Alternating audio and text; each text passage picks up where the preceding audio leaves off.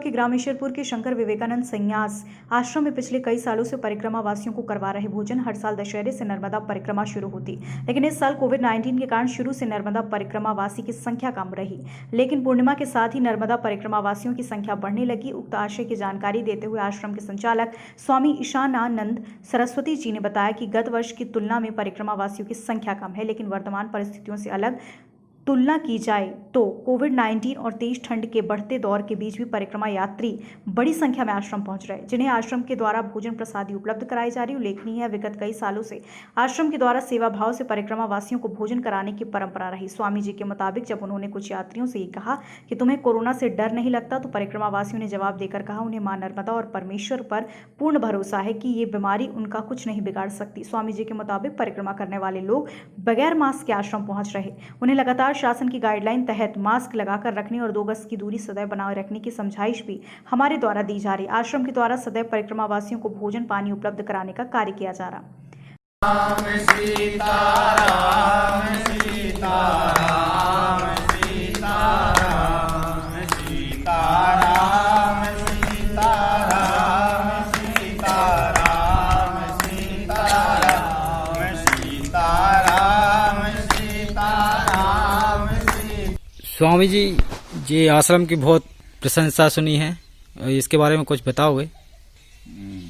हमारे आश्रम के जो नाम है शंकर विवेकानंद संन्यास आश्रम है जी। इसी आश्रम में पिछले लगभग 8-9 साल से जी नर्मदा जो परिक्रमावासी जो तीर्थ यात्री है, इन लोगों के लिए बनी बनाई भोजन प्रसादी की व्यवस्था हम करते हैं जी। सुबह चाय नाश्ता की व्यवस्था भी करते हैं। नर्मदा परिक्रमावासियों की संख्या बहुत हमने देखा है, लेकिन इस साल संभवतः कोरोना वायरस के कारण संख्या पिछले सालों के हिसाब से कम है।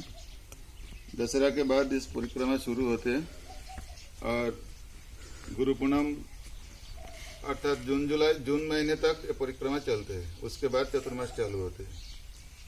कार्तिक पूनम के बाद संख्या बढ़ते रहते। इस साल भी कार्तिक पूनम के बाद संख्या धीरे धीरे बढ़ते रहा और इस समय रेगुलर दोपहर भोजन प्रसादी के समय 70, 80, 90, 100 तक परिक्रमावासी इकट्ठा होकर आश्रम में आ रहा है।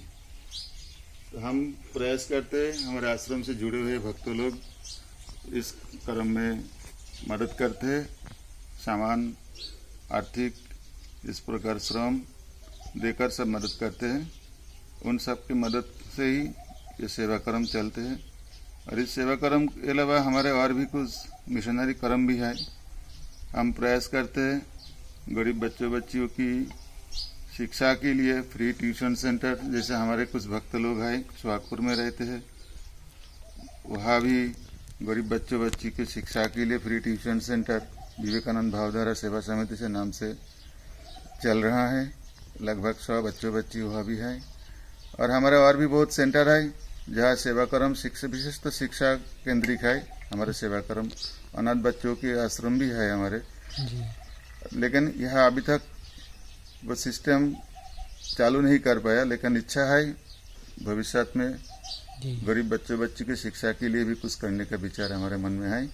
फिलहाल हम इस सेंटर में नर्मदा परिक्रमावासी जो भूखे प्यासी पैदल यात्रा करते हैं, यहाँ पहुँचते हैं, उन लोगों को सेवा के लिए, उन लोगों के सुबह नाश्ता और दोपहर भोजन प्रसादी के लिए हम व्यवस्था करते हैं।